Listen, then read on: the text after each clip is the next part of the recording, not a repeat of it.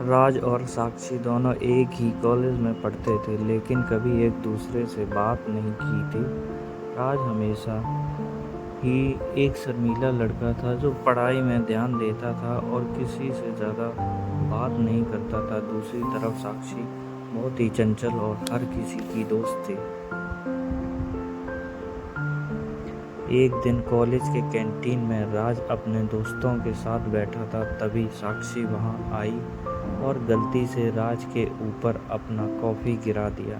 साक्षी घबरा गई और तुरंत माफ़ी मांगने लगी। सॉरी, मुझे माफ़ कर दो, मैं ध्यान नहीं दे रही थी। राज ने धीरे से मुस्कुराते हुए कहा, कोई बात नहीं, हो जाता है। साक्षी ने राज की आंखों में कुछ अलग देखा, एक सच्चाई, एक ईमानदारी। कुछ दिन के बाद से साक्षी और राज के बीच बातचीत होने लगी।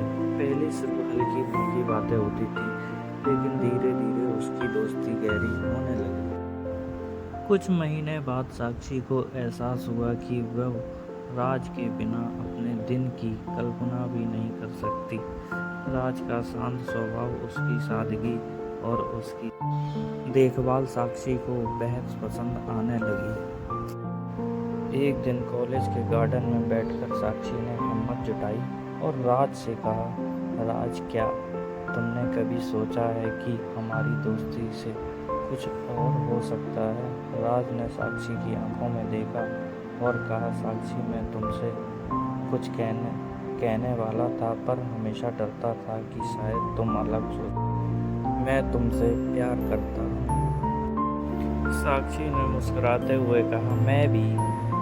उन दोनों ने एक दूसरे का हाथ पकड़ा और वो पल उनके जीवन का सबसे खूबसूरत पल बन गया। प्यार उनके दिलों में खिल गया और वे दोनों हमेशा के लिए एक दूसरे के हो गए। तो